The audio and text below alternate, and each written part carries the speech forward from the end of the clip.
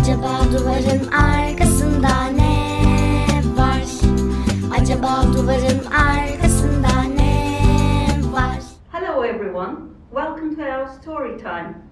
Today our story is about a little boy, a little curious boy in fact, and the story's name is What's Behind the Wall.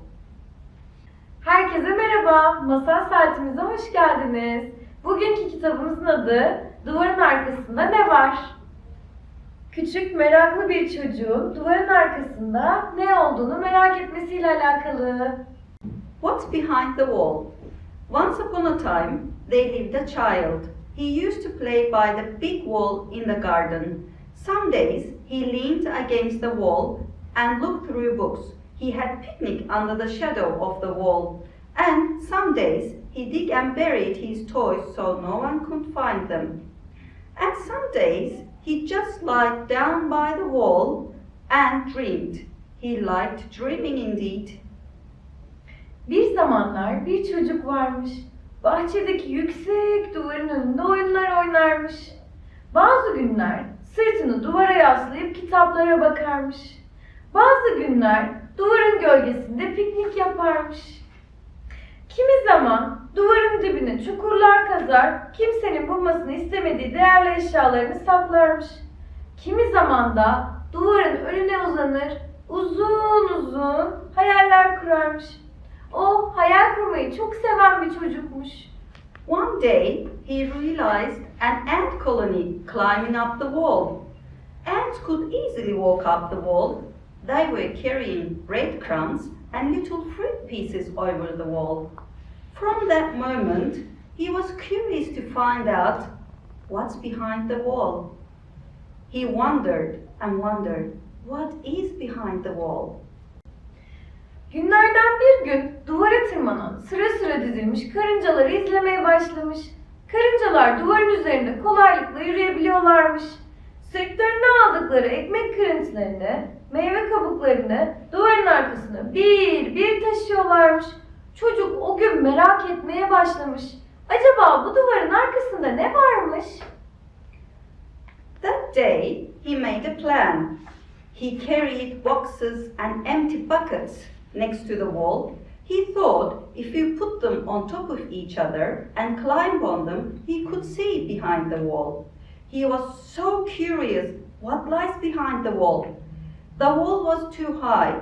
He put all the boxes and buckets on top of each other and tried to get on them by the help of a stool. But the boxes didn't carry him. They fell down and he hurt himself a bit. What is behind the wall? O gün çocuk bir plan yapmış. Duvarın önüne kutular, kovalar ve minik bir tabure taşımış. Kutuları, kovaları ters çevirip üstüne çıkacak ve duvarın arkasını görecekmiş. Duvarın arkasını o kadar merak ediyormuş ki. Çok yüksekmiş duvar. Bütün kutuları ve kovaları üst üste dizip tabure yardımıyla üzerlerine çıkmaya çalışmış. Ama o da ne? Kutular çocuğu taşımamış, yıkılıp etrafa saçılmış. Çocuk yere yuvarlanmış. Hem de canı çok acımış. Acaba bu duvarın arkasında ne varmış? One day, he saw a bird landed on top of the wall. The bird looked at him and waved its beak and opened its wings and flew away behind the wall. He wished he had wings so he could see what's behind the wall. He made wings from cardboard and stuck on himself. He waved his arms and ran so fast, but he couldn't fly, not even a bit. In fact, he bumped into the wall and he hurt himself again. What's behind the wall? Çocuk bir gün duvarın üstüne konan bir kuş görmüş. Kuş çocuğa dönüp gagasını sallamış. Kanatlarını kocaman açıp duvarın ötesine uçuvermiş. Keşke çocuğun da kanatları olsaymış. O zaman duvarın arkasını kolayca görebilirmiş. O gün çocuk kartondan kanatlar yapmış. Bantlarla birleştirip iplerle kendine bağlamış. Sonra duvara doğru koşmaya başlamış. Kollarını hızlı hızlı sallamış. Ama duramamış. Azıcık bile kanatlanamamış. Üstelik duramayıp bir de duvara toslamış. Biraz da canı acımış. Acaba bu duvarın arkasında ne varmış? Another day, he just stood in front of the wall and he stared at the wall. He thought if he stared hard enough, he could see through the wall. He took a deep breath and a few more. Just then, he smelled something nice and delicious. It was the smell of a linden tea that he had when he was ill. Başka bir gün çocuk duvarın önünde durmuş.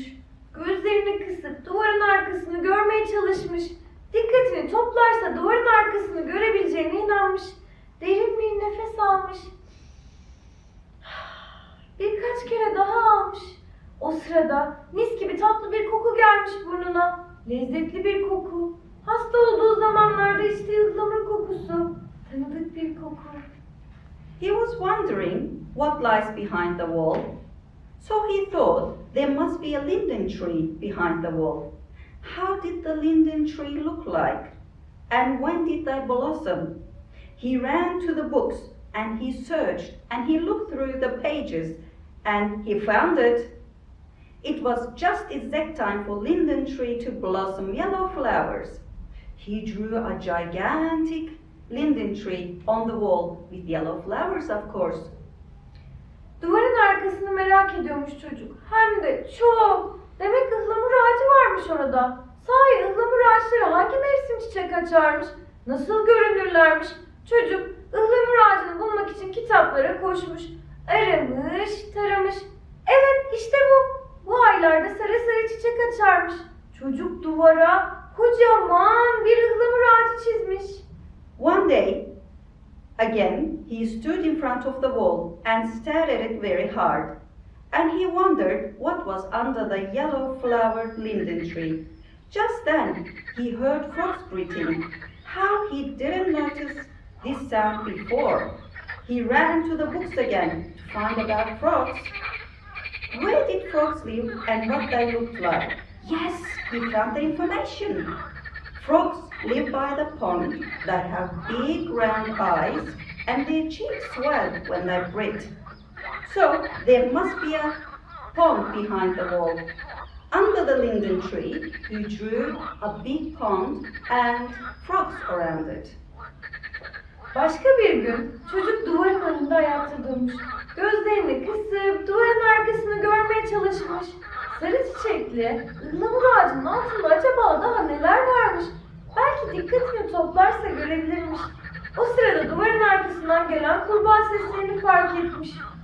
Öyle sıcağında birden çok kurbağanın kocaman duraklamaları. Bunu daha önce nasıl fark etmemiş? Kurbağaları bulmak için kitaplara koşmuş. Aramış, taramış. Kurbağalar nerede yaşarmış? Nasıl görünürlermiş? Evet, işte bu. Kurbağalar su birikintilerinde yaşarmış. Kocaman gözleri ve bıraklarken şişen yanakları varmış. Demek ki duvarın arkasında bir su birikintisi varmış. Çocuk duvara sarı çiçekli ıhlamur ağacının yanına bir su birikintisi ve pek çok kurbağa çizmiş. On another day, he stood in front of the wall and stared it very hard, tried to see through it. What else could be there other than a linden tree, a pond, and lots of frogs? If he concentrated enough, he could see through the wall.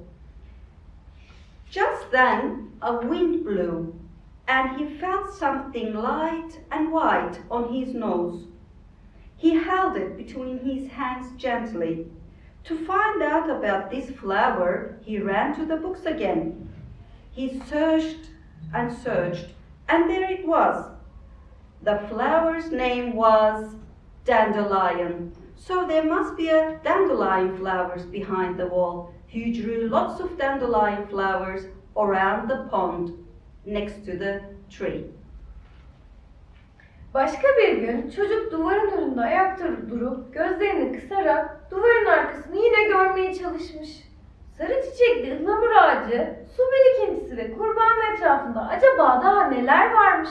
Dikkatini toplarsa belki görebilirmiş.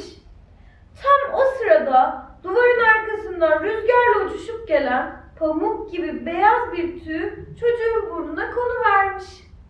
Gözlerini burnunun üstünde birleştirip beyaz tüyü usulca avucuna almış. Bu beyaz çiçeği bulmak için kitaplara koşmuş, aramış, taramış. Avucundaki bembeyaz yumuşacık tüyü kaybetmeden bu beyaz çiçeklerin adı da neymiş, nasıl görünürlermiş? Evet, işte bu. Adı kara hindiba avutu. Her yerde görülen çok yıllık bir bitkiymiş. Tohumlarını bu püflerle dağıtırmış.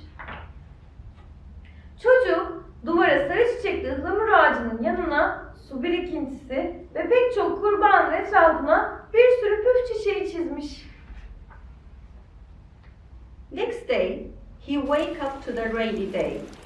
As the sun was shining, raindrops were gently coming to the earth, and there was a fresh smell of nature. Oh, look! What's that? He couldn't believe his eyes. There was a huge rainbow behind the wall.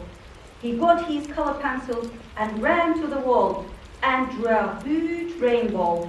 He stepped back and opened his eyes widely. Now he could see what's behind the wall. Ertesi gün yağmurlu bir güne uyanmış çocuk. Güneş ışıl ışıl etrafı aydınlatırken çiseleyen yağmur toprağı ıslatıyormuş. Mis gibi ıslak toprak kokusu sarmış her yanı. Ah, o da ne? Gözlerine inanamamış. Duvarın arkasında kocaman bir gökkuşağı varmış. Çocuk boya kalemlerini alarak duvara koşmuş. Kocaman bir gökkuşağı çizmiş.